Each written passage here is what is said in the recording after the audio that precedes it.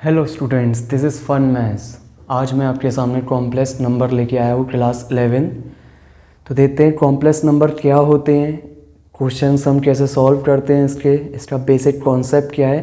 तो ध्यान से समझिएगा। देखिए complex number, any number which is expressed by z is equals to a plus iota b।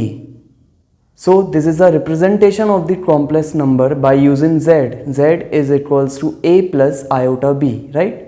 Where I equal to iota, iota, iota, and this is equals to under root minus 1. As the complex number are those number having negative number is present in the root. If we have under root minus 4, then it is a complex number or we can say imaginary number, right? So वो number, कोई सा भी अगर number minus के साथ root के अंदर है तो वो आपका इमेजिनरी नंबर होगा और हम उसको कॉम्प्लेक्स नंबर भी बोल सकते हैं। जैसा कि हमारे 10th क्लास में क्वाड्रेटिक इक्वेशंस थी, उसमें रूट्स सारे इमेजिनरी होते थे। तो वो इमेजिनरी रूट्स इसलिए होते थे क्योंकि जो अंडर रूट के अंदर है वो माइनस की वैल्यू आती थी। बट यहाँ पे हम उसको एक नाम दे देते हैं कि अंडर रूट के अंदर अगर -1 है, सो वो -1 इक्वल टू आई के बराबर है और आई जो है यहाँ पे हमारा आयोटा है। So iota equal to under root -1। Look at hair,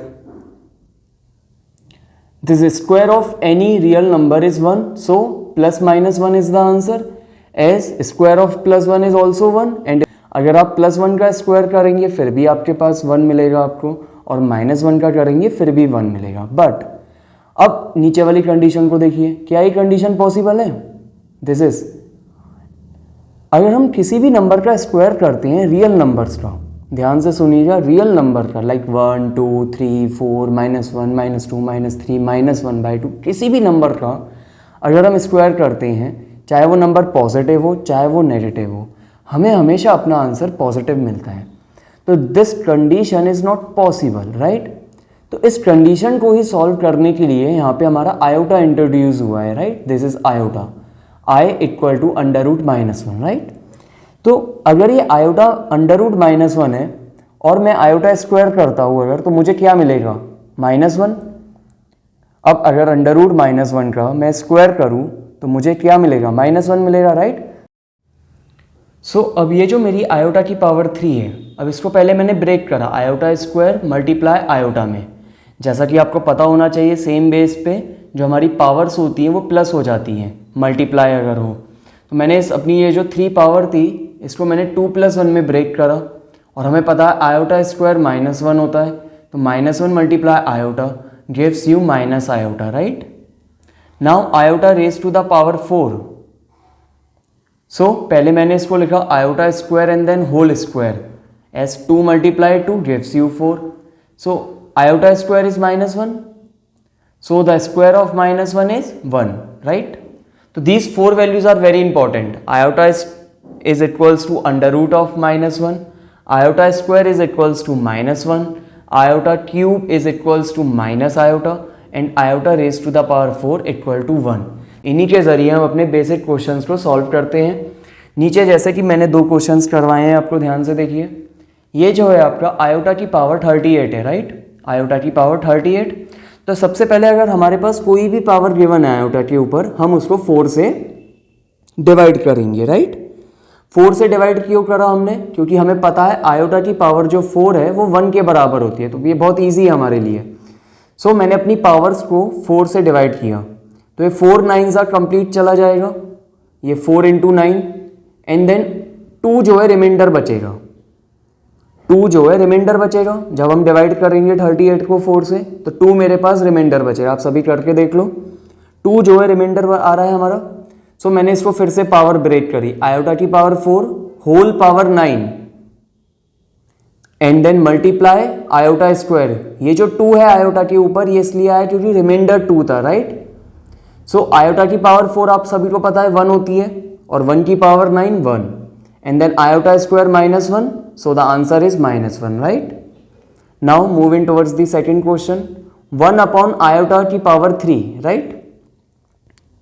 अब iota की पावर 3 है तो हमने पहले इसको ब्रेक करा, 1 upon iota square multiply iota में, right? आयोटा स्क्वायर आपको पता है -1 होता है, so your answer is -1 upon iota. This is your answer, -1 upon iota. But आपको हमेशा एक चीज़ याद रखनी है कि डिनोमिनेटर में कभी भी हमें आयोटा नहीं रहने देना है। जैसे हमारे रूट्स नहीं रहते हैं डिनोमिनेटर में, वैसे ही आयोटा भी रूट में नहीं, डिनोमिनेटर में नहीं होना चाहिए, राइट। सो अब इसको डिनोमिनेटर से हटाने के लिए हम इसका रेशनलाइज करेंगे, और सभी जानते हैं रेशनलाइज कैसे करते हैं। नीचे आए है हमारा, तो multiply iota iota, numerator denominator में मल्टीप्लाई कर दिया हमने आयोटा का। So -1 multiply iota gives you minus iota, numerator -1 into iota minus iota, और denominator iota multiply iota, iota square, right. So iota square is -1, जैसा कि मैंने ऊपर समझा दिया है आपको, आयोटा स्क्वायर -1 होता है। माइनस से माइनस कैंसल और आपका आयोटा आंसर आ जाएगा।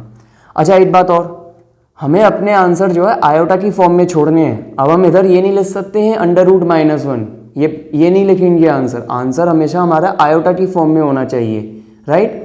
सो ऐसा नहीं कि मैं इसके आगे लिख दूँ इज इक्वल्स टू √-1, वो नहीं करना है आपको। आपको अपना आंसर आई में छोड़ना है, राइट, आयोटा में छोड़ना है। ये बात समझ में आई। अब देखिए ये वाला क्वेश्चन, अब आपके पास है 1/3 - 4 आयोटा, 1/3 - 4 आयोटा, और इसको कन्वर्ट करना है a प्लस आयोटा b में, राइट। जैसा कि मैंने अभी आपको समझाया था कि अगर डिनोमिनेटर में आयोटा है तो आप उसको रेशनलाइज करेंगे। सो सेम प्रोसेस मैंने इसमें अप्लाई किया है, हमने रेशनलाइज किया। तो जो नीचे है 3 - 4 आयोटा, ये ऊपर आके 3 + 4 iota and then 3 + 4 iota, sign change हो जाते हैं। और वी कैन से हमने कॉन्जुगेट का मल्टीप्लाई किया है, राइट। डिनोमिनेटर में जो कॉन्जुगेट करेंगे जब हम डिनोमिनेटर का, तो minus becomes plus and plus becomes minus. अभी हम इसमें भी पढ़ेंगे conjugate of numbers, right. So 3 + 4 iota and then 3 + 4 iota. अब ऊपर तो ये 1 है, तो जब हम 1 से मल्टीप्लाई करेंगे तो हमें सेम नंबर मिल जाएगा 3 + 4 आयोटा, राइट। अच्छा नीचे अब सबको पता होना चाहिए कि डिनोमिनेटर में हमेशा a - b a + b form होता है। जब भी हम रेशनलाइज करेंगे तो हमेशा यही आइडेंटिटी यूज होती है। सो a - b a + b a² - b², right. अगर हम यहाँ पे देखें तो हमारा a हमारा 3 है और जो b है वो 4 आयोटा है। सो 3 का स्क्वायर - 4 आयोटा का स्क्वायर। अब 3 का स्क्वायर सबको पता है 9 - 4 आयोटा स्क्वायर 16 आयोटा स्क्वायर। अब ये जो आयोटा स्क्वायर है यहाँ पे, ये आयोटा स्क्वायर -1 है। सो ये जो माइनस है ये प्लस हो जाएगा, 9 + 16 25। सेपरेट करा हमने 3/25 प्लस 4 आयोटा अपॉन 25। ये हमारा कन्वर्ट हो गया a प्लस आयोटा b में।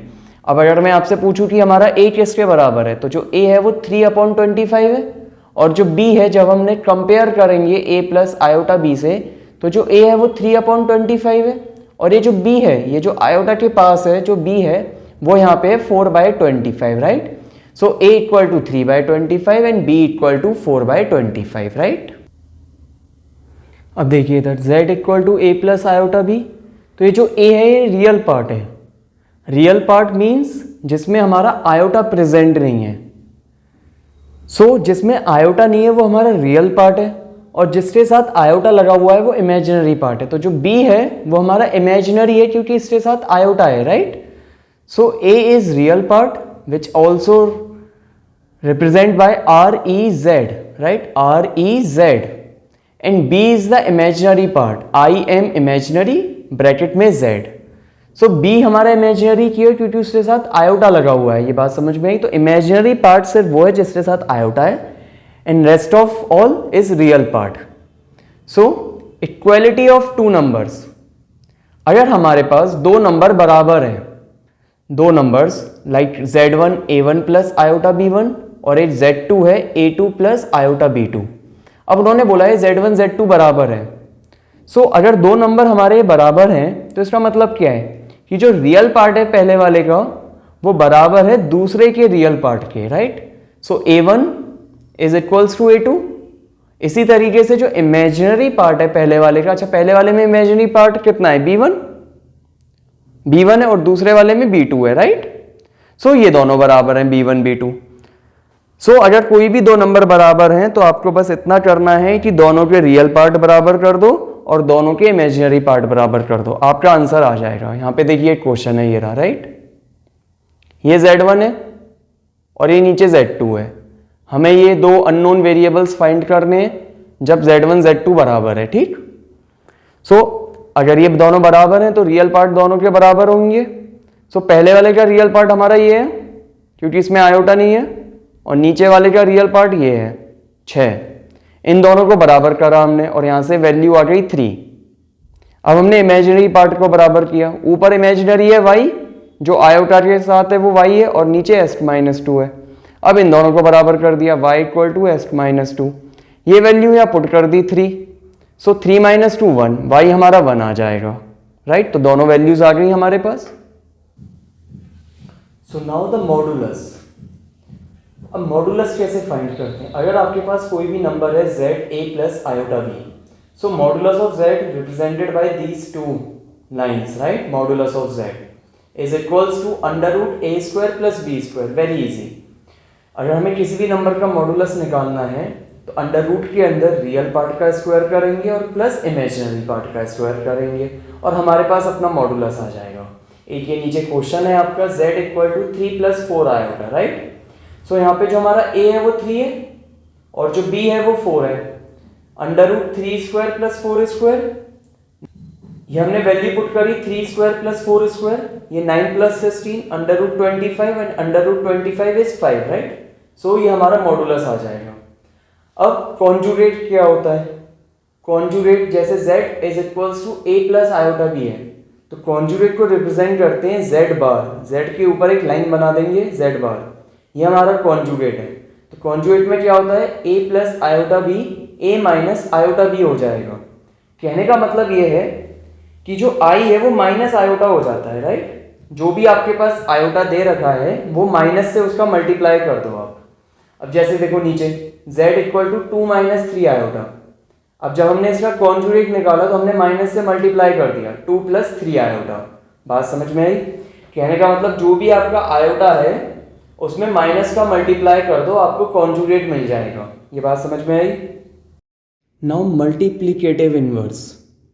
अब ये मल्टीप्लिकेटिव इनवर्स क्या होता है? अब आपके पास कोई भी एक नंबर दिया है z a + iota b, right. z = a + iota b। तो इसका मल्टीप्लिकेटिव इनवर्स का मतलब क्या है? ये हमने 4th 5th क्लास में भी पढ़ा था। अब जैसे 2 है आपके पास, तो 2 में किस चीज़ का मल्टीप्लाई करे कि आंसर 1 आ जाए? 1/2 आंसर 1 आ जाएगा। सिमिलरली यहाँ पे अब z है तो z में किसका मल्टीप्लाई करेंगे? 1/z का, 1 आ जाएगा आंसर। तो 1/z को हम z -1 भी रिप्रेजेंट कर सकते हैं। -1 इनवर्स बताता है हमें, right. So this is 1/a + iota b। अब z अगर हमारे पास है a + iota b और इसका हमसे मल्टीप्लिकेटिव इनवर्स पूछा है यानी कि 1/z, so we write 1/a + iota b, right. एक ही आपके सामने क्वेश्चन है, z = 3 + 2 आयोटा।